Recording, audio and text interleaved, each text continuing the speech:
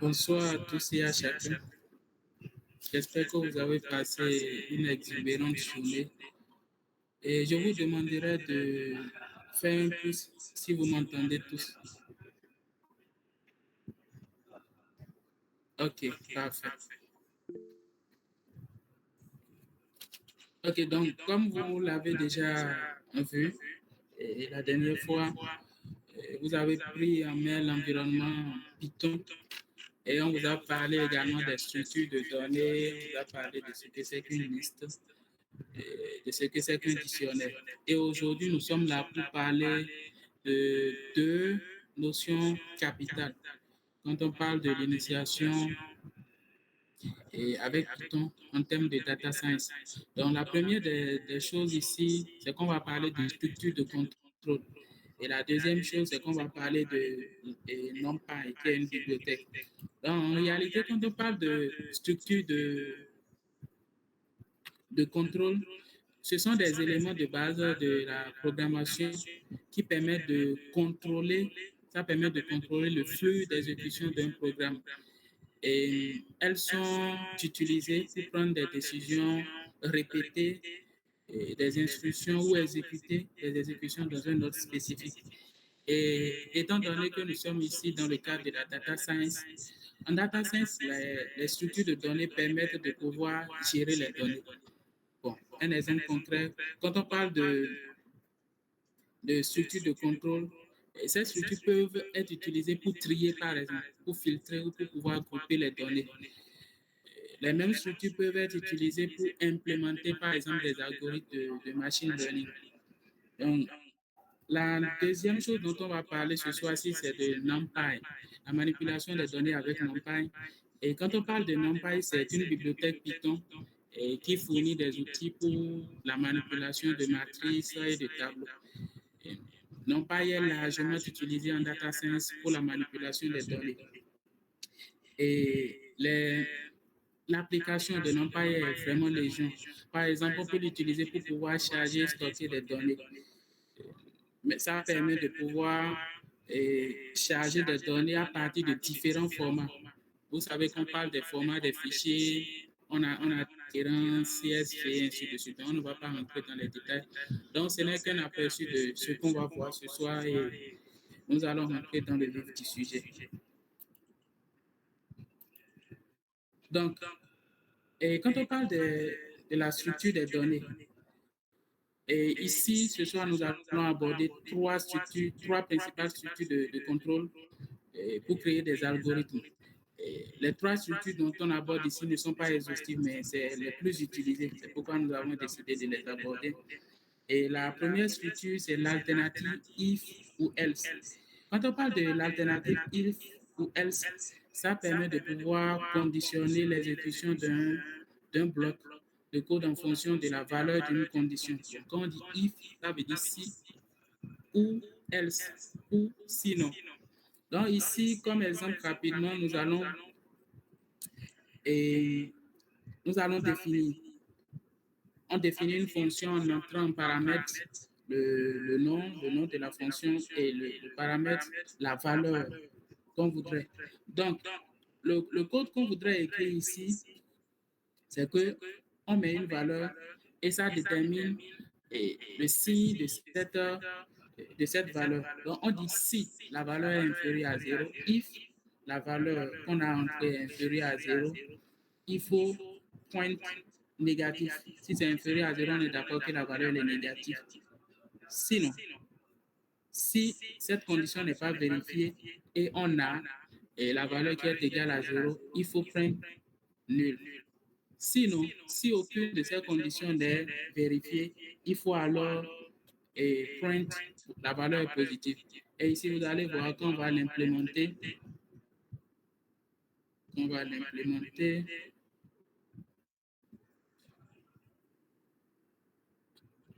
Un instant.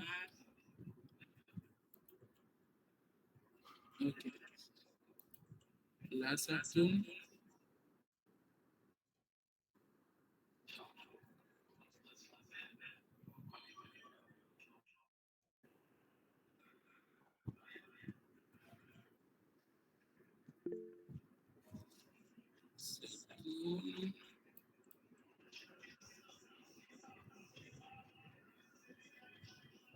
Oui, je pense que Alphonse a une question.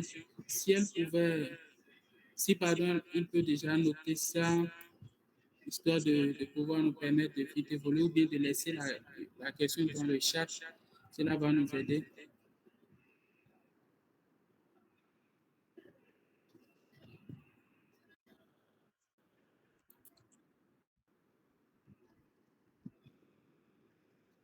Un instant,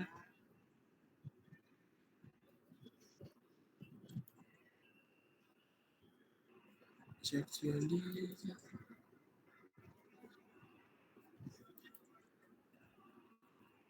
OK. Donc, OK, d'accord. Donc, ici, vous voyez. OK, je suis de ce côté.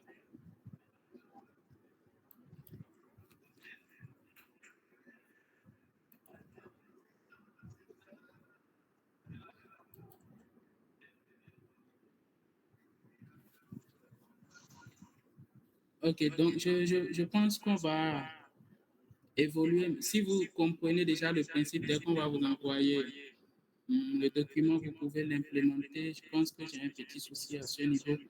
Donc, je récapitule très brièvement. Quand on parle des alternatives if ou else, ça permet de pouvoir conditionner l'exécution d'un bloc de code.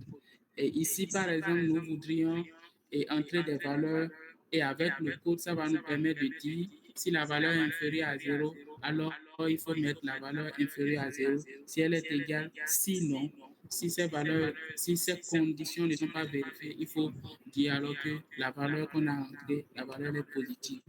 Donc, il faut également retenir qu'ici, c'est vraiment capital. Avant que la condition ne soit respectée, il faut que le résultat soit vrai. Et ici, on parle des booléens true or false, vrai ou faux.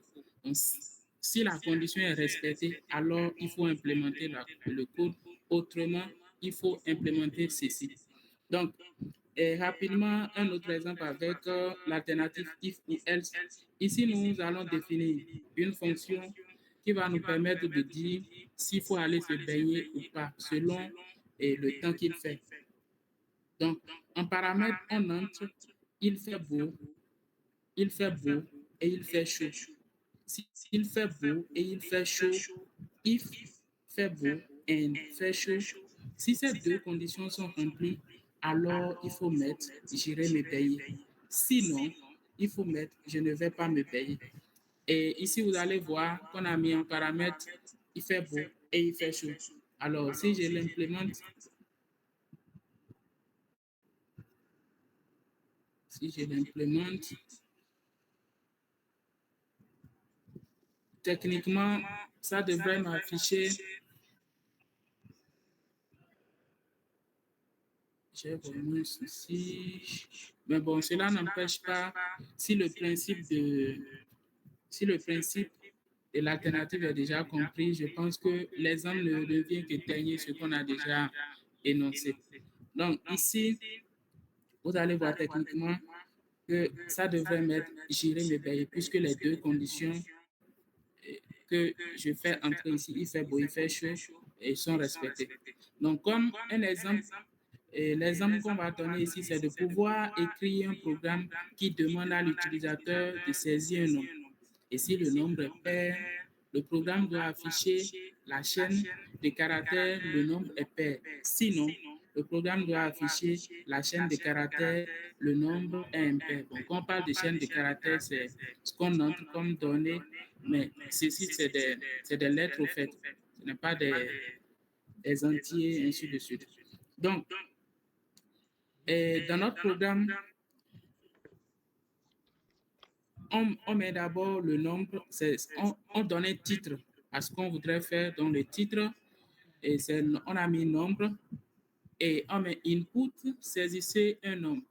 Et ceci, je pense que vous l'avez vu la séance précédente, quand on dit input, ça permet de faire entrer, ça demande à l'utilisateur d'accomplir une tâche au fait. Et ici, la tâche qu'on demande, c'est de pouvoir saisir un nombre.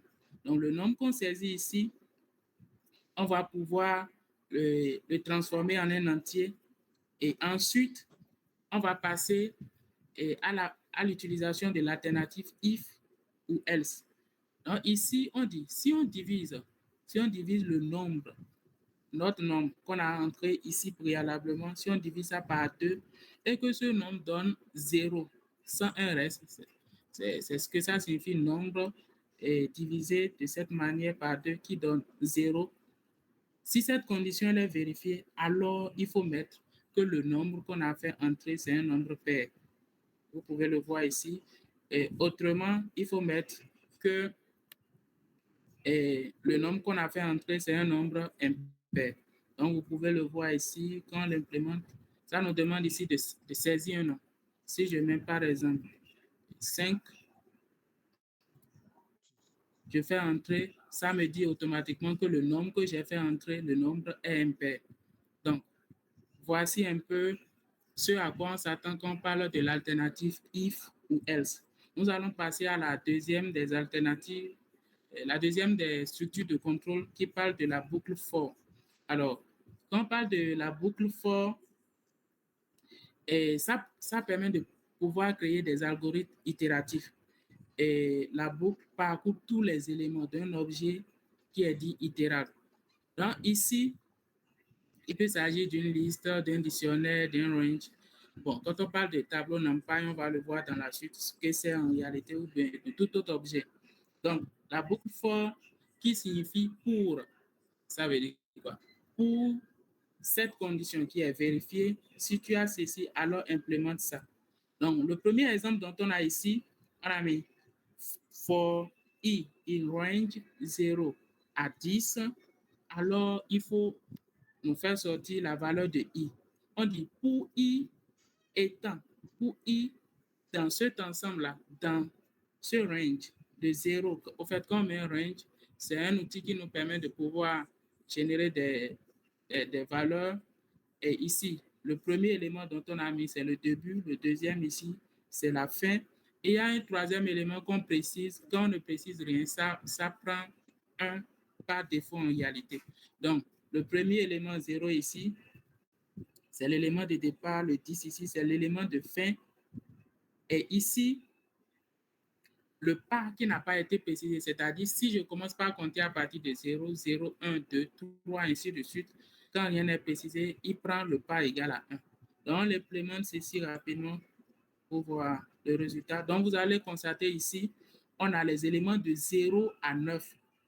Et très capital de préciser ici, quand on utilise range prend la valeur du départ, mais la valeur de fin, il fait moins 1 avant de pouvoir. Donc, on compte de 0 à 9. Donc, si je voudrais afficher les valeurs de i qui sont de 0 à 15, par exemple, vous êtes d'accord que je dois mettre de 0 comme valeur de départ et ici 16, parce que ça ne va pas m'afficher la dernière valeur. Donc, une autre application rapidement, ici, on dit pour i dans range, pour i dans cet ensemble, moins 10. La valeur de départ, c'est moins 10. La valeur de fin, c'est 10. Et le pas ici, c'est 2. C'est-à-dire, il va compter 2, il va compter en sautant 2, 2, 2 à chaque fois. Donc, c'est ça qui est le pas. Donc, il va nous imprimer les valeurs de i respectant cette condition-là. Et à la fin, on va faire le test des conditions et on va faire le test des i imprimés. Donc, ici, quand on l'implémente, vous voyez, la première valeur ici, c'est moins 10. La valeur qui suit, la première valeur étant moins 10, et donne le signe, puis on a mis test du signe i, ce qu'on avait implémenté plus haut ici. Oui, test du signe qui est ici. Vous allez constater, c'est ça qui est à ce niveau. Donc, vous voyez ici, on a la première valeur moins 10 qui nous affiche son signe en même temps, qui est négatif, et ainsi de suite. Ici, 2 qui est positif. Donc, comme exemple ici, si je vous demande d'écrire un programme Python qui calcule la somme des nombres de 1 à 10, alors nous allons faire d'abord l'initialisation. On va initialiser la variable en mettant que la somme est égale à 0. Et on va dire pour i dans range. Ici, on a dit de 1 à 10. Donc, on va prendre de 1 à 11, sachant que ça n'affiche pas la toute dernière valeur. Donc, pour i dans 1 à 11, alors il faut nous calculer la somme en incrémentant ça de 1 à chaque fois. Donc, quand on applique, voici le résultat. Et nous allons passer très rapidement à la dernière structure de données ici, qui est la boucle while, et qui signifie tout simplement tant que. Donc, cela voudrait dire tant que tu vois cette condition, alors il faut faire ceci, il faut faire cette tâche. Donc, ici, comme exemple, nous avons notre variable qu'on a notée 0 et on dit, tant que cette valeur qu'on a mise ici est inférieure à 10, alors il faut imprimer cette valeur. Et non seulement imprimer cette valeur, il faut l'incrémenter. Il faut l'augmenter de 1 à chaque fois. Donc, le signe is est plus égal 1, ça veut dire que ça incrémente la valeur de is de 1 à chaque fois, tant que cette condition est vérifiée. Donc, en l'implémentant ici, vous allez voir ici, la première valeur étant 0, la seconde, ainsi de suite, vous allez voir jusqu'à 9. Et c'est la condition qu'on a mise. Tant que cette condition est inférieure à 10, alors il va l'implémenter en incrémentant, mais ça ne peut pas dépasser 10. Donc, un tout dernier exemple dans la première partie de cette présentation, c'est de pouvoir écrire un programme qui demande à l'utilisateur de saisir un nombre. Le programme doit ensuite afficher tous les nombres pairs qui sont inférieurs ou égaux au nombre saisi. Donc, et comme première tâche à faire ici, c'est de pouvoir utiliser l'outil input qui nous demande de pouvoir saisir un nombre.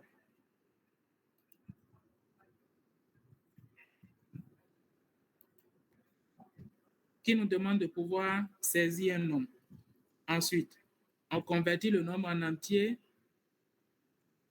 et on initialise. Donc, on a respecté toutes les étapes. Et ici, l'application de la structure de contrôle nous dit, tant que le compteur, ce qu'on a initialisé ici, tant que le compteur est inférieur ou égal au nombre qu'on a saisi précédemment, alors, est-ce que vous voyez? Donc, if, on a d'abord mis, tant que cette condition elle est vérifiée et que le compteur divisé par 2 est égal à 0 et qu'il ne reste pas d'autres valeurs, alors il faut print le compteur. Et on incrémente le compteur de plus 1 à chaque fois. Donc, en l'implémentant, ça nous demande effectivement de pouvoir saisir un nombre. J'ai saisi à tout hasard 3 que je fais entrer et vous voyez, le résultat est là, 0 et 2. Donc, voici en somme et ce qu'on doit retenir principalement de ce qu'on appelle structure de contrôle. On parle des alternatives if ou else, de la boucle for et de la boucle while. Et nous allons entamer la toute dernière partie de cette présentation qui parle de la bibliothèque NumPy qui permet de faire des opérations vraiment énormes. Et quand on parle de data science. Donc ici, comme je vous l'ai déjà présenté, et quand on parle de NumPy, au lieu de pouvoir écrire NumPy à chaque fois, en voulant l'utiliser, au lieu de faire appel à NumPy à chaque fois, on l'importe puisque c'est déjà intégré à ce que nous utilisons ici. Et on va l'importer NumPy as NP. NP, donc au lieu d'écrire NumPy, désormais, on va écrire NP. Et c'est ça que nous allons utiliser tout au long de ce qui reste comme tâche à faire ici. Donc, la première des choses que nous allons faire ici, c'est de pouvoir apprendre à créer des données avec NumPy. Et je pense que la dernière fois, vous avez vu ce que c'est qu'une liste. Donc, ici, rien d'extraordinaire n'a été fait. On a juste créé une liste et on utilise maintenant ArrayList. ArrayList, c'est juste le nom qu'on a donné à ce qu'on veut créer avec NumPy. Donc, comme np.array, et on fait entrer dans np.array liste. Cela nous permet de pouvoir créer une liste. Et cela nous permet de pouvoir créer un tableau bien sûr, avec NumPy. Donc ici, vous constatez que quand on met array list, qui est le nom de ce qu'on veut créer dans NumPy, et on implémente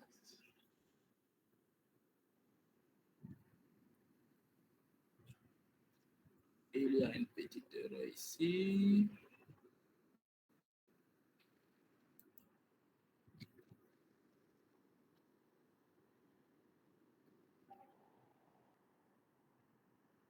Le problème, c'est que...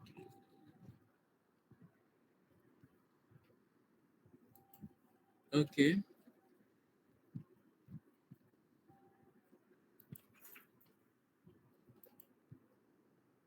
OK, un instant. Ceci n'a pas été implémenté. Donc, je dois l'importer nécessairement avant qu'il ne reconnaisse, puisque ici, il ne sait pas ce qu'on appelle NP. Vous allez voir, vous avez vu ici, name NP is not defined. Donc, je l'implémente nécessairement avant de pouvoir lancer ceci. Et quand je le lance, vous voyez, ça m'a créé un NP array avec en entrée cette liste. Je peux le créer directement, mais j'ai décidé de le faire avec cette liste pour partir de la base qu'on connaissait, puisqu'on a parlé de liste, de ce que c'est qu'un dictionnaire la dernière fois.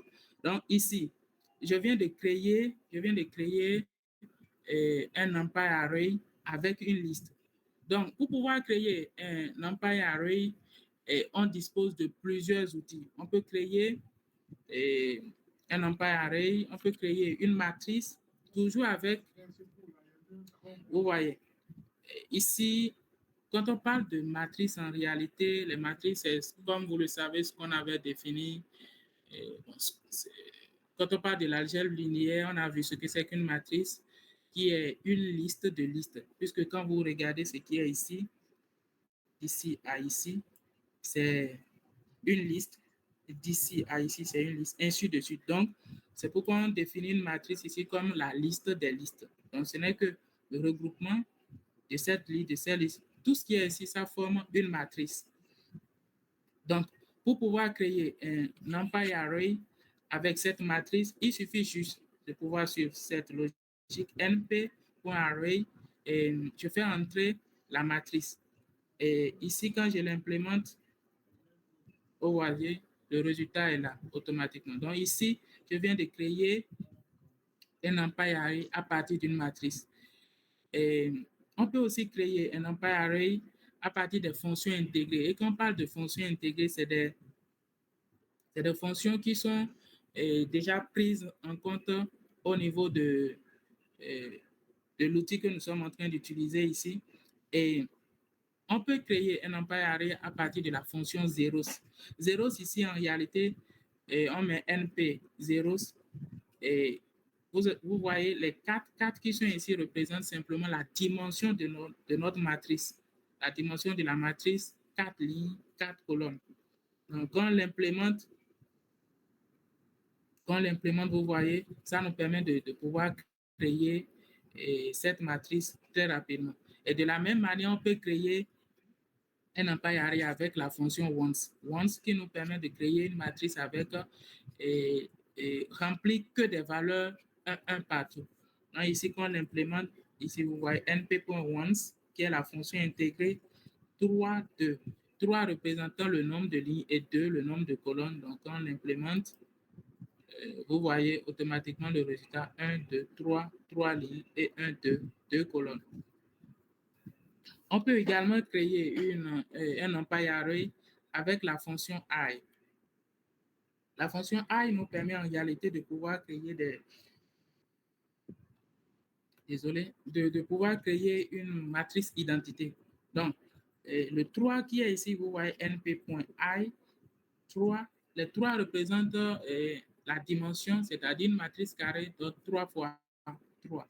Donc, ici, vous voyez la matrice qui a que des nombres au niveau de sa diagonale, que ce soit au niveau du triangle inférieur ou supérieur, les valeurs qui sont dans ce triangle sont nulles. De la même manière, on peut créer un NumPy array avec la fonction arrange. Et ici, comme np.arrange de 0 à 11, en l'implémentant, vous voyez, ça nous permet de pouvoir mettre les valeurs de 0 exactement comme on avait vu précédemment. 0 ici, de 0 à 10. Cela vous rappelle quelque chose, n'est-ce pas? Donc, quand on parle de création de NumPy array, on peut le faire également avec la fonction linspace. Et quelle est la différence en réalité entre linspace et arranger les autres fonctions, puisque vous allez voir, tout comme si c'était une similitude. Donc ici, le array, linspace, ici, ce n'est que le nom qu'on donne à ce qu'on veut créer comme tableau de données. Donc, on met np.linspace 0, 1, et ici, on a mis 20. Le 0 ici, c'est la valeur de départ, et le 1, c'est la valeur de fin. Et ce qui est ici, c'est la valeur de... Au fait, l'inspace nous permet de pouvoir créer des valeurs qui sont séparées de manière égale. On parle de linéairement séparées. Donc ici, de 0 à 1, ça va nous créer 20, 20 différentes données, mais qui sont linéairement séparées à part égale. Donc c'est la différence fondamentale entre l'inspace et peut-être ceci, ce qui est ici, arrange de 0 à 1 en précisant le pas, ça va nous créer. Mais ceci nous permet de pouvoir, de 0 à 1, ça nous crée ces différentes valeurs qui sont linéairement séparées. Donc, ici, quand on l'implémente, vous voyez, de 0, la valeur de départ, c'est 0 et la valeur de fin, c'est 1.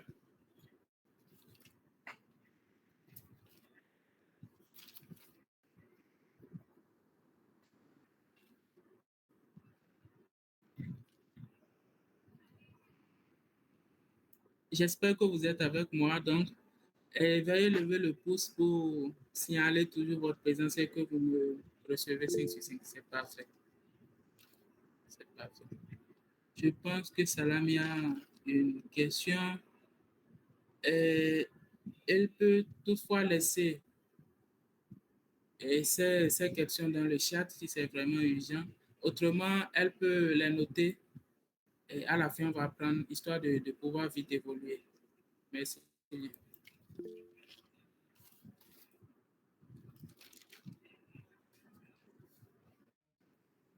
Donc, j'étais au niveau de l'InSpace et je disais que l'InSpace permet de pouvoir créer des nombres équidistants entre la valeur de départ et celle de la fin.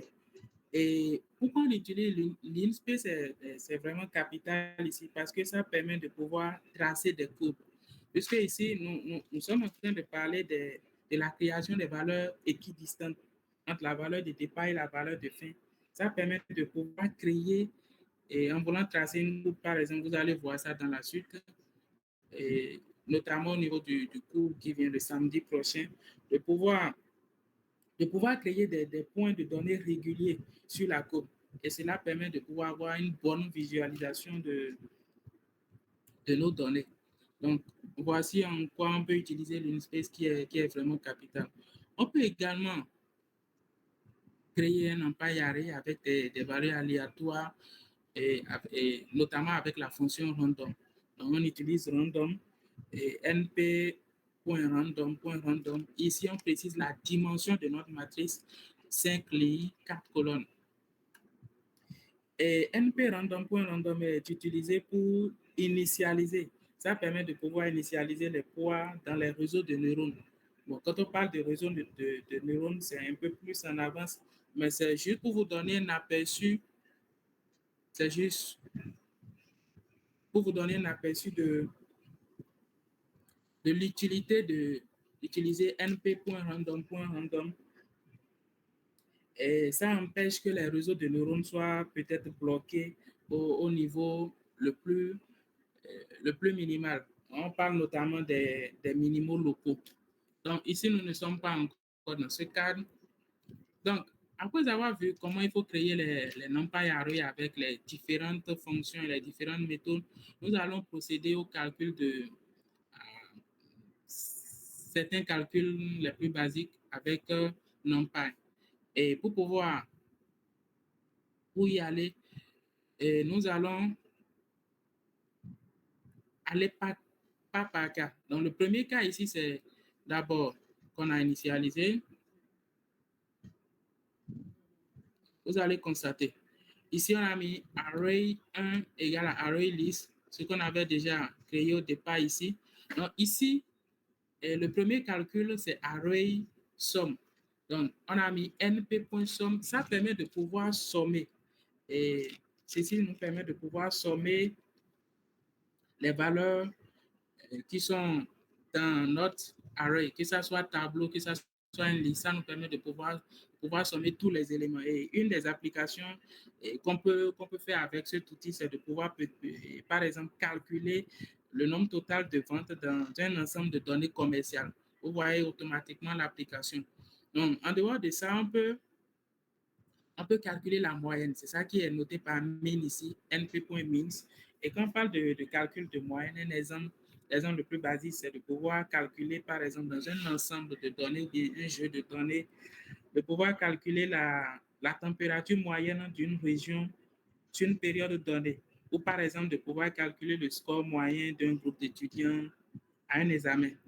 Et le troisième élément qui est capital, c'est np.std. Quand on dit std, c'est Standard Deviation, qui veut dire écart type. Donc, on peut l'appliquer pour pouvoir peut-être identifier les valeurs aberrantes dans un ensemble de données. C'est l'une des applications de np.std. On peut également identifier le minimum ou bien le maximum. Et dans un ensemble de données, on n'a pas besoin de pouvoir identifier comme on le faisait en classe de troisième, de pouvoir identifier. Il suffit d'appliquer ceci et ça nous sort le minimum ou le maximum. Ici, le np.sqrt, c'est-à-dire la racine carrée de tous les éléments qui sont dans l'array, ça va nous les afficher. Et quand on parle par exemple de l'utilisation de racines carrées, l'une des applications qu'on fait ici, c'est de pouvoir calculer par exemple la distance euclidienne. Et quand on parle de distance euclidienne, on l'utilise dans l'utilisation des algorithmes de classification, notamment le K-means. Donc, c'est juste pour vous donner un aperçu de comment et de combien c'est important et ces outils que nous utilisons. Et on peut également utiliser la valeur absolue, le np.abs, qui veut dire la valeur absolue. Donc, à ce niveau, et au niveau des valeurs absolues, on peut calculer les écarts par rapport à une valeur de référence. Et on peut également décider de lever au carré. Vous voyez ici, on a mis np.power et le 2 qui ici représente la puissance auquel on élève chaque élément qui se trouve dans l'array 1 ici. Donc, ainsi de suite, ainsi de suite. Et vous voyez, le résultat est là. Donc, on va faire un peu de manipulation. On tend un peu déjà vers la fin. Donc, on va faire de manipulation avec les matrices, toujours avec NumPy. Donc, ici, vous allez voir, on a mis une matrice ici. On a appelé ça matrice. Et comme on l'avait dit, c'est une liste des listes. La liste des listes. Donc, pour faire le produit matriciel, vous êtes d'accord que le produit matriciel, comme on a l'habitude de le, de le faire, n'est pas, le produit pardon, n'est pas commutatif. Donc, on prend la peine de pouvoir vérifier si le nombre de colonnes, est-ce que ces conditions-là sont conformes avant de pouvoir les lancer? Sinon, ça ne va pas marcher. Hein, ici, nous avons une matrice et nous voulons faire le produit matriciel. Donc, le produit matriciel nous impose ici, nous avons une matrice de 3 lignes, 3 colonnes. 3 lignes, 3 colonnes.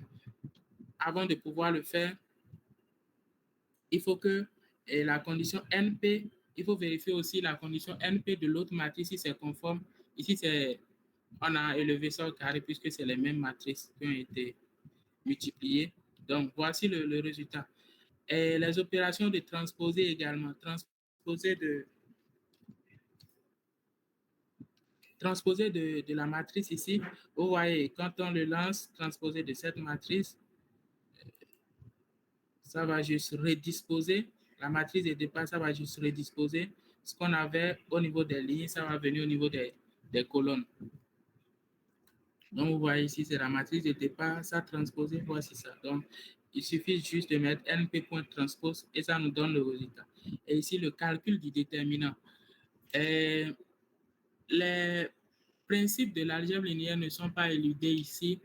Et quand on parle de calcul du déterminant, avant de calculer le déterminant d'une matrice, il faut d'abord qu'elle soit inversible. Donc, elle ne change pas. Donc, ici, on a dénommé ce qu'on veut recevoir à la fin comme déterminant. Donc, np.line al.date pour pouvoir calculer le déterminant de ce qu'on voudrait avoir. Et vous voyez, quand on calcule, on obtient 1. De la même manière, on peut faire l'inversion. Oh, oui, en fait, c'est à ce niveau. Désolé, je parlais de quelque chose ici. Oui, on peut aussi faire l'inversion. C'est ici que c'est vraiment capital avant de parler d'une matrice. D'une matrice inversible, il faut que le déterminant soit différent de 0. Donc, c'est d'ailleurs pourquoi on a calculé le déterminant. On a appris à pouvoir calculer le déterminant avant de venir à ce niveau pour le faire. Donc, ici, l'avant-dernier élément qu'on va voir, c'est d'apprendre à comment accéder aux différents éléments, que ce soit dans un tableau, que ce soit dans une liste, comment accéder aux différents éléments. Et ici, je dois préciser que quoi qu'en soit les données que nous manipulons, étant donné que nous sommes appelés à devenir des data scientists confirmés, et ces données, que ce soit une image, vous êtes d'accord que quand on parle d'image, ce n'est qu'un assemblage de pixels. Et quand on parle de pixels, ce n'est que des données qui sont, ce ne sont que des nombres en réalité qui sont empilés dans ces pixels. Donc, c'est tout ça qui forme une image. Donc, quand on parle également d'une vidéo, c'est dans la même logique. Donc, et par exemple, pour avoir une vidéo, ce n'est que la succession des images. La norme qui est retenue, c'est par exemple 25 images par seconde pour pouvoir former une vidéo. Donc, je dis ces trucs parce que vous devriez savoir pourquoi on cherche à accéder aux éléments. On cherche à accéder aux éléments parce que quand on nous donne un ensemble de données, on n'est pas appelé à utiliser toutes les données, mais on est appelé, dépendant de ce qu'on voudrait avoir comme résultat au niveau de ces données, à juste prélever ce dont nous avons besoin au niveau de ces données et de les utiliser. C'est pourquoi c'est vraiment capital de savoir comment il faut accéder à ces différents éléments, que ce soit la matrice, que ce soit tout ce que nous avons. Donc, ici, nous avons créé un NP Array avec cet élément. Donc, vous voyez ici ce qu'on a créé, le NP Array. Si on veut accéder au premier élément qui se trouve ici, ce NP Array, si on veut accéder au premier élément, on commence par compter les indices à partir de 0. Donc ici, l'indice de 1, ici c'est 0, l'indice de 2, c'est 1, ainsi de suite. Donc, si je commence par compter de la gauche, l'indice de ceci c'est 0, 1, 2, 3, 4. Et quand je commence par compter de la droite, je dis plutôt moins 1, ainsi de suite, moins 1. Donc, si je veux accéder au premier élément ici, donc, il suffit juste de pouvoir appeler le nom de mon NP Array et de pouvoir préciser l'indice de l'élément. Donc, il suffit juste de préciser l'élément 0 ici. Et je peux accéder rapidement à ça. Donc, ici, quand je l'implémente, vous voyez mon premier élément. Le premier élément qu'on a implémenté, il suffit juste de préciser son indice qui est ici.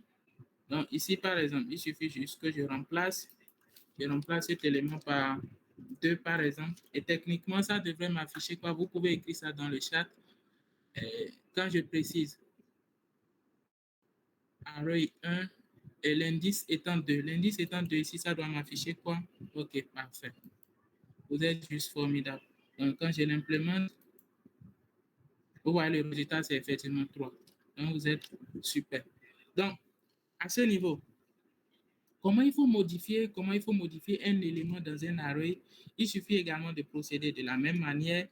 Et cette fois-ci, en précisant l'indice, mais on met l'égalité égale à, par exemple, 15. Je peux décider de changer ça. Ça peut être 20. Donc, cela voudrait dire 29. Donc, cela voudrait dire simplement que je veux remplacer mon élément qui a l'indice 0 à cette valeur. Et quand je l'implémente, vous voyez, l'élément de départ qui était 1 ici est devenu 29, mais les autres valeurs sont maintenues. Donc, toujours dans cette même logique, et si on veut sélectionner des éléments qui respectent des conditions, les éléments qui respectent des conditions, ce n'est pas pour rien qu'on a vu au préalable ce que c'est qu'une structure de données. Donc ici, et toujours en parlant de conditions, des éléments qui respectent la condition. Ici, je suis dans array 1, array 1 ici étant le nom de, de mon NP array. Et ici, je précise la condition. La condition ici, c'est quoi? C'est que je veux sélectionner les éléments qui sont array 1 doit être supérieur à 2. Est-ce que vous voyez? Donc, en implémentant les éléments qui sont supérieurs, vous voyez ici, qui sont supérieurs à 2, qui sont supérieurs à 2, vous avez vu ici, ça a donné 29, 3, 4 et 5. Vous avez vu la disparition de cet élément-là. Donc, c'est un exemple des éléments qu'on sélectionne, mais ces éléments-là doivent respecter une condition. Et également, ici, on a parlé de mise à jour. Et toujours en parlant de conditions, on a l'utilisation du where. Du where en réalité. Ici, vous voyez, on a créé un NP, on a créé un array. Donc, NP array, on fait entrer cette liste. Et comme résultat, on voudrait avoir quoi? Comme résultat, on veut avoir le array doit être supérieur. Vous voyez ces différentes valeurs-là. Donc, quand on l'implémente rapidement. Vous voyez les valeurs qui sont affichées ici. Et exactement, toujours dans l'utilisation du where, notre exemple ici, très rapidement. Et je veux avoir, vous voyez ici, le array, les valeurs du array qui sont divisées par 2 si. En fait, quand on utilise le where, il y a 3 paramètres. Le premier paramètre qu'on entre, c'est la condition en fait. Et le deuxième paramètre, c'est ce que le résultat doit afficher si cette condition est respectée. Sinon, si cette condition n'est pas respectée, ça va afficher le dernier paramètre qu'on met ici, impair. Donc ici, vous allez voir, j'ai des valeurs, j'ai dans mon NP array 1, 2, 3, 4 et 5. Donc ici, quand je l'implémente, vous voyez, au niveau du premier, vous êtes d'accord que quand je prends 1 divisé par 2, ça va me donner un nombre à virgule. Donc, ça ne peut pas me donner 0 exactement. C'est pourquoi ça a mis impair. Donc, la condition là n'est pas respectée, ça a mis impair.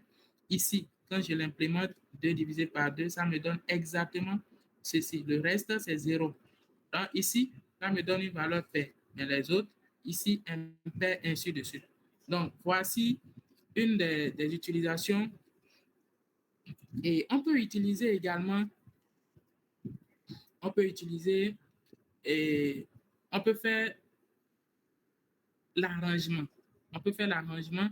Par exemple, on fait ici, on met array, np.array, on fait entrer ces valeurs. Vous voyez, on a comme élément 5, 2, 1, 3 et 4. Et j'utilise le np.sort array. Ça veut dire de m'ordonner array. Et quand rien n'est précisé, vous voyez, quand rien n'est précisé, il me fait ça, il me fait le résultat du plus petit au plus grand. Donc ici, np.sort, ça me permet de pouvoir arranger, de pouvoir aligner ces nombres. Vous voyez ici, c'était désordonné 5, 2, 1, 3, 4. Mais en appliquant np.sort sur cet élément, ça me permet de pouvoir ordonner les éléments qui étaient désordonnés. Donc, une des applications qui est vraiment capitale. Voici une autre utilisation de sort. Et constatez bien le résultat ici. Constatez bien le résultat parce que en bas ici, on va voir une différence entre l'utilisation de sort et de add sort. Donc ici, vous voyez, quand on utilise un autre exemple ici, hein, np.array, et on fait rentrer une liste de listes. Ici, c'est une liste, ici. Donc, je lui demande de me faire ça suivant l'axe 0. Quand on met l'axe 0, cela voudrait simplement dire que je suis en train de travailler suivant les lignes. L'axe 0, quand je l'implémente, vous voyez ici, ça m'ordonne ça. 1, 2, 3, 4 et 5, 6. Donc, c'est fait suivant les lignes. C'est la précision que je lui ai donnée. Et par contre, quand on utilise AXOT, c'est pratiquement, je dirais, c'est la même chose, mais c'est le résultat qui diffère en réalité. Et l'affichage du résultat, vous allez voir, le résultat est affiché de cette manière. Quand je vais implémenter ceci, AXOT, np.array, AXOT array, il m'a arrangé ceci. Vous voyez le résultat également comme ça. Donc ici,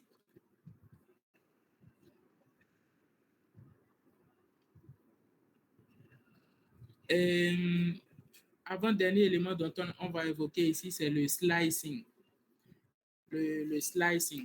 Donc, le slicing ici, quand on parle de slicing et de indexation, c'est vraiment capital et ça nous aide à faire énormément de tâches.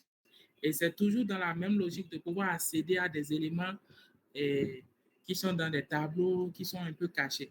Donc, pour pouvoir accéder à ces éléments, donc, je vais initialiser, j'ai appelé mon NP array, array grand T, array T ici.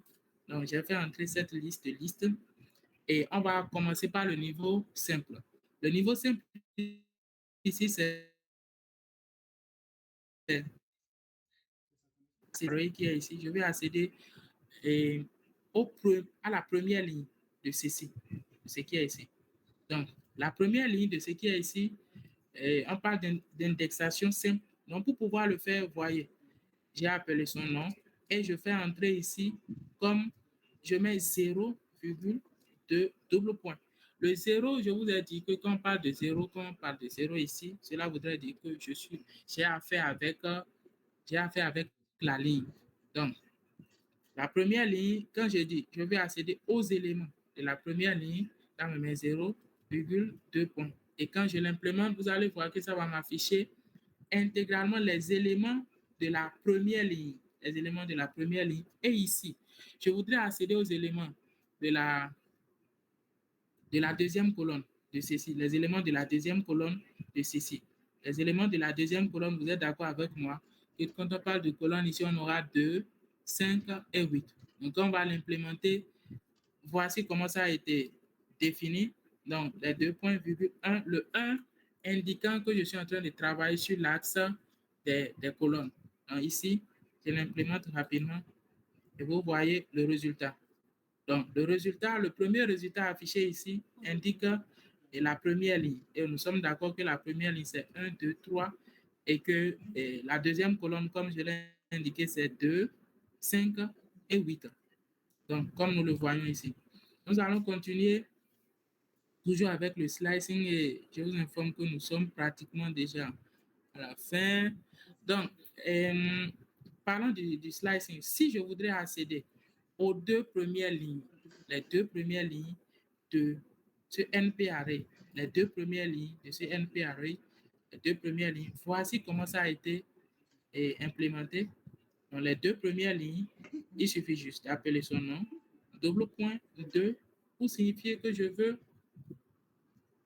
accéder aux deux premières lignes, virgule, double point. Exactement comme ce qui a été fait ici. Je voudrais accéder aux éléments ici. Vous voyez là où se trouve le double point. Vous voyez ici. Je vais accéder simplement à la première ligne. Et regardez ici. En voulant accéder aux deux premières lignes, donc voici comment ça a été implémenté. De la même manière, si je voudrais accéder aux deux dernières lignes de ceci, les deux dernières lignes, vous allez constater ici, c'est de 1 à cet élément, double point, et en mettant virgule, deux points, cela me permet de travailler spécifiquement avec les lignes. OK. Donc, de la même manière, si je voudrais accéder aux deux premières colonnes, vous voyez, c'est la place de ces double points qui fait le jeu en réalité. C'est la place de ces double points après la virgule ou bien avant la virgule qui fait ce jeu-là. Donc, en implémentant ceci rapidement, vous voyez le résultat. Les deux premières lignes, nous sommes tous d'accord que les deux premières lignes de notre NP array sont 1, 2, 3, 4, 5, 6. Nous sommes tous d'accord. Donc, toujours parlant d'indexation avancée, ici, on veut accéder aux éléments de la première ligne à partir du troisième. On veut accéder aux éléments de la première ligne, les éléments de la première ligne de notre NP array, mais à partir du troisième. Donc, cela signifie simplement en mettant le nom, en appelant le nom NP et en appelant le nom array_t. Quand l'implémente ainsi, on a accès directement à ce que nous lui demandons. Ici, on implémente, ouais, le résultat est là. On veut accéder aux éléments de la première ligne à partir du troisième, les éléments de la première ligne à partir du troisième, et on voit, nous sommes tous d'accord, les éléments de la première ligne à partir du 3. C'est ça qui est ici. Et comme résultat, nous avons ça qui est là. Ici, nous voulons accéder aux éléments de la deuxième colonne à partir du quatrième. Nous voulons accéder aux éléments de la première colonne à partir du quatrième. Donc, en implémentant, voici le résultat. Et un des éléments qui est vraiment capital qu'il faudrait qu'on puisse aborder rapidement avant de vous donner la parole, c'est la notion de diffusion de broadcasting. Ici, nous avons les arrays qu'on a décidé de noter, array 7 et array 8. Et nous avons NP array avec cette liste, NP array avec ceci. Si nous voulons faire ce qu'on appelle addition avec ces NP array, l'addition élémentaire de 7 et de 8, là, il n'y a pas de problème. On fait les additions sans problème. Vous voyez, lorsque le résultat est... Vous voyez le résultat. Mais lorsque nous voudrions faire, lorsque nous venons ici rapidement et que nous voudrions faire les opérations avec ce NP array et ce NP array qui n'ont pas les mêmes dimensions, c'est là où on va parler de diffusion de array 9 plus array 10. Comment cette opération va être faite? Donc, en faisant avec cette opération de diffusion, voici le résultat. Donc, ces éléments sont vraiment fondamentaux. Ces outils sont vraiment capitaux de pouvoir les maîtriser afin de pouvoir prendre en main les données, de pouvoir les manipuler et de pouvoir faire énormément de tâches avec. Donc, la toute dernière partie, on va parler de redimensionnement, de append et de types de données. Et quand on parle de redimensionnement ici, vous voyez, on a mis array 3, np.arrange. Quand j'ai dit qu'on met arrange, le 9 ici signifie, le 9 ici signifie l'élément, le nombre d'éléments. Donc ici, quand on met np.arrange 9, cela va nous créer une liste avec de 0 à 8. Ça va nous créer une liste de 0 à 8. Mais quand on parle de redimensionnement, le redimensionnement dont on parle ici, c'est de pouvoir transformer. C'est pourquoi on a mis le nom qui est ici, array 3, reshape. On transforme ça en une matrice de 3 x 3. 3 x 3 qui donne le nombre d'éléments. Donc ici, il faut prendre aussi la peine de pouvoir avoir l'élément spécifique qui va avec. On ne peut pas avoir 3 en mettant 3 x 5. Ici, vous créez de la confusion au niveau du reshape. Donc ici, Et nous voyons array 3.reshape 3 qui nous transforme cette liste en cette matrice-là, reshape. Donc, c'est vraiment important pour pouvoir les utiliser. Donc, ici, le NP arrange. Ici, c'est vraiment capital. La toute dernière notion dont on va parler ici, c'est l'utilisation de append. C'est comment ajouter une valeur à un NP array qui est déjà en exécution. Donc, ici, on a mis np.append array 1, cette liste-là. Cette liste-là.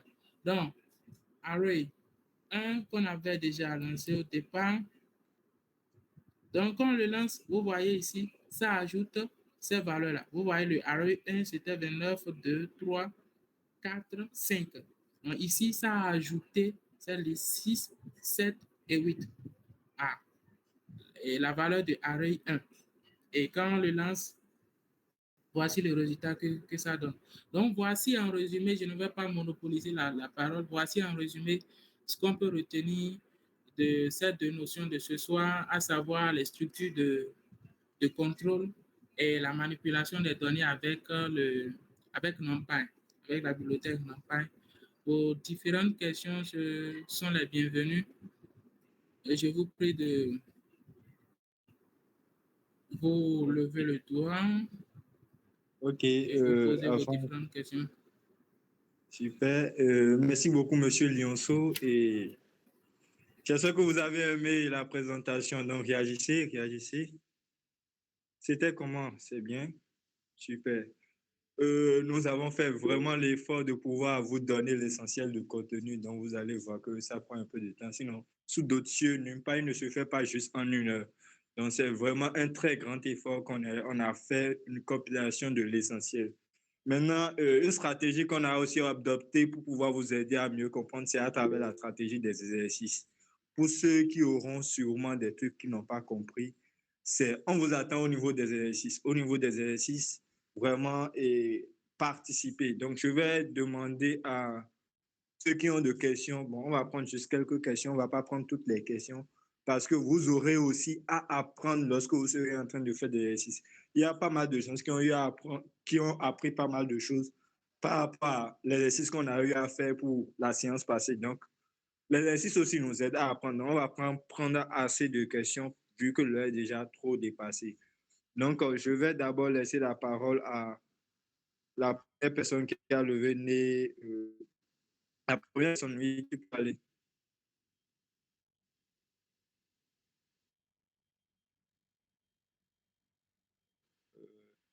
Allô, Nelly, tu peux poser ta question.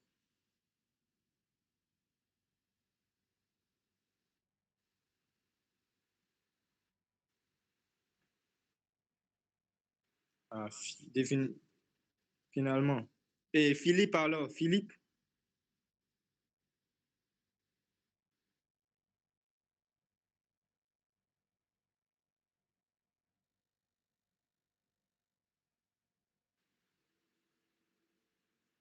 je ne vous reçois pas. Hein. Philippe, vous avez des questions? Batili alors, Lamine. Bonjour ou bonsoir. Oui. Bonsoir. Bonsoir, on vous écoute. Quelle est Bon, votre question? bon, par rapport au slicing, Oui. oui, par rapport au slicing, j'ai pas assez bien compris quoi, parce que, bon, les 2 points, si vous mettez, par exemple, array, entre parenthèses, le crochet et 2 points. Donc, j'ai pas compris l'indexation, quoi. Est-ce que vous pouvez y revenir un peu? Ok. Je ne sais pas si on va prendre toutes les questions d'abord, bien, monsieur Lusso, vous direz en même temps. Le micro, Nazina activé le micro direct. Il a posé question, mais l'homme m'a toqué comprendre. Et n'a pas eu bon quoi. Parce que m'a suivi nous en ligne.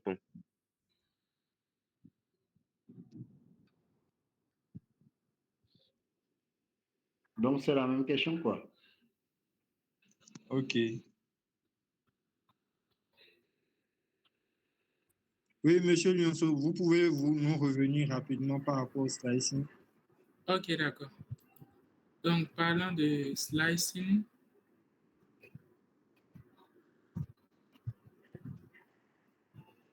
ok, je pense que c'est à ce niveau. Ok, donc en réalité, quand on parle de slicing, c'est comment faire pour pouvoir accéder à des valeurs qui sont cachées dans des structures données, que ce soit une liste, que ce soit une matrice, que ce soit un tableau. Donc ici, j'ai cet élément-là, j'ai ce jeu de données np.array, cette liste de listes.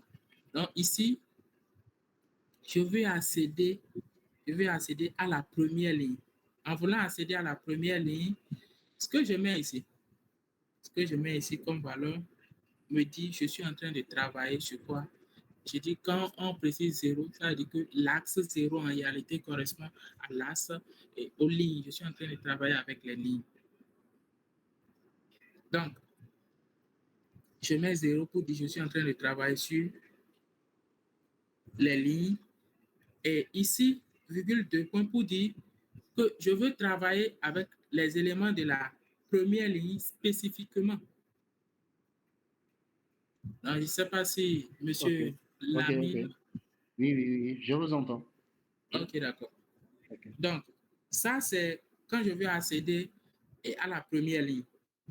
Tout cet élément qui est ici. Maintenant, quand je veux accéder à la deuxième colonne ici, deuxième colonne de ceci, il suffit de préciser ici. Je mets double point pour dire double point et je précise 1 ici. Et avec ceci, je vais même modifier ça. Et vous allez constater. Vous constatez quoi ici? Et quand je mets 0 ici, vous voyez le résultat 1, 4, 7. Et 1, 4, 7 correspond à quoi? Ça correspond à la première colonne. Première colonne, ok. Première colonne. Donc ici, quand je mets 1 ici, ça me permet de pouvoir accéder à la deuxième colonne. À la deuxième colonne qui est 5, 8. 5, 8. Ainsi de suite. Donc voici le jeu qui se fait rapidement. Et pour aller beaucoup plus en avant, si je veux accéder à des éléments, je vais accéder par exemple aux 2 premières lignes. Je vais accéder aux 2 premières lignes. Il suffit juste d'appeler son nom. Et quand je mets, quand rien n'est précisé, de ceci jusqu'à 2. Quand rien n'est mis 2 points jusqu'à 2, ça veut dire je prends tous les éléments du début jusqu'à cet élément-là, jusqu'à ceci. Oui. Et je mets double point exactement comme double point ici. Est-ce que vous voyez? Pour dire, je vais accéder aux éléments je vais accéder aux 2 premières lignes, c'est-à-dire les éléments d'ici, rien n'est précisé, c'est-à-dire de 0 à ceci. Je vais accéder aux éléments, aux 2 premières lignes. Donc, quand je l'implémente, vous voyez, le résultat s'affiche ici, ainsi de suite. Donc, voici en résumé ce à quoi on pense quand on parle de slicing et d'indexation. Et vous aurez aussi l'opportunité en implémentant les autres exemples qui sont donnés ici avec le lot d'exercices qui vient, de pouvoir mieux maîtriser tout ce qui est caché derrière ça. En fait. Ok, merci beaucoup, c'est assez clair. Après, je vais essayer de m'entraîner pour mieux avoir la main, quoi. Okay. Merci beaucoup. Votre question, s'il vous plaît.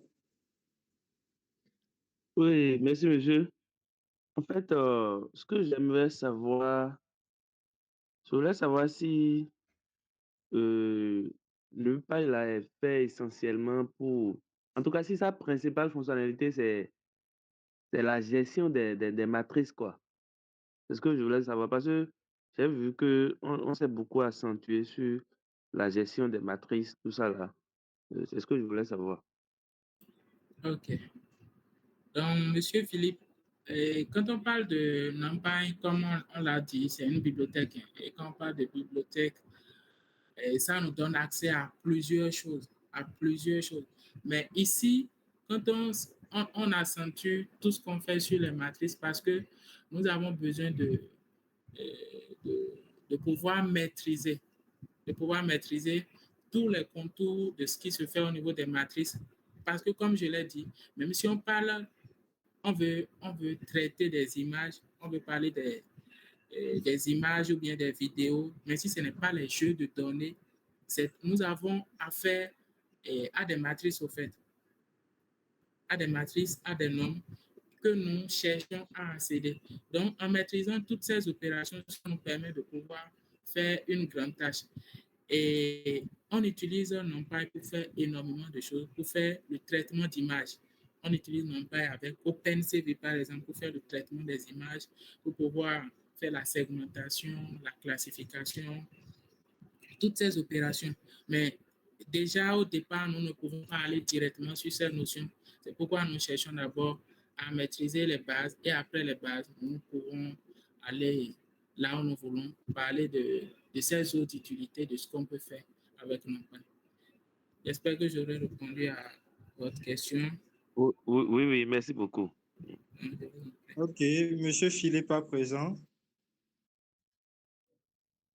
Non, c'est moi qui viens de parler. Hein.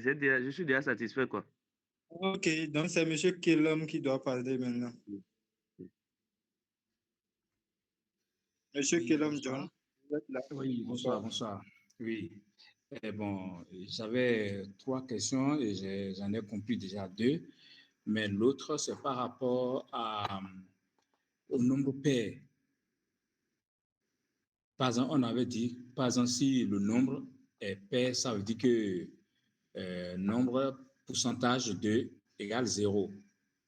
Égale 0 là, est-ce que ce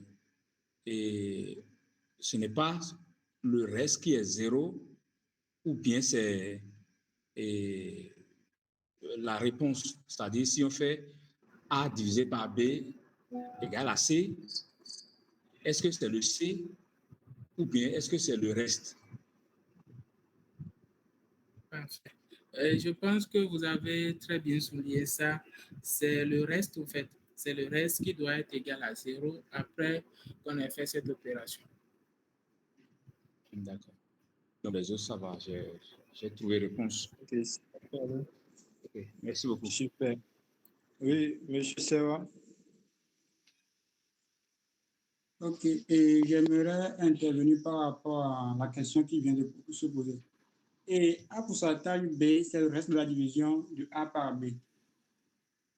Donc, le fait de dire que le reste de la division de A par B est égal à 0, ça veut dire que A pourcentage B égale à 0. Ce n'est pas A sur B, mais A pourcentage B. Je ne sais pas s'il y a déjà sa réponse. Oui. Ok, merci beaucoup pour l'apport. Donc, est-ce qu'on peut dire que c'est clair pour tout le monde? Bon, il n'y a plus de questions. Donc, on va remercier encore une fois Monsieur Lionceau avec des stickers parce que ce n'est pas facile. Vous-même, vous voyez prendre vraiment tout ce temps à bien préparer une présentation. Donc, remercions-le vraiment avec des stickers. Et on vous attend maintenant au niveau des exercices. Les instructions seront données. On va procéder d'une autre manière pour les exercices cette fois-ci. Donc, soyez câblés dans le groupe. Merci à ceux qui ont envoyé les exercices cette fois-ci. Parce que la formation, on n'aimerait pas que vous quittez de la formation sans compétences. Au moins, vous dites, oui, j'ai préparé la formation de Data Afrique Hub. Je suis capable de faire ça, ça, ça, ça. Donc, réellement, quand on vous donne des exercices, faites-les réellement. Et je vous dis en même temps, je n'aurai pas à répondre à des questions dans mon inbox pour des questions écrites directement dans le groupe. Et ceux qui ont des réponses, vous pouvez répondre. Toutes personnes qui vont m'écrire dans mon inbox pour pouvoir demander s'ils n'ont pas compris quelque chose ou pas, je ne vais pas les répondre. Donc, sachez-le en même temps. Donc, je ne sais pas s'il n'y a pas autre chose. Bon, je vais laisser M. Lionceau clôturer alors.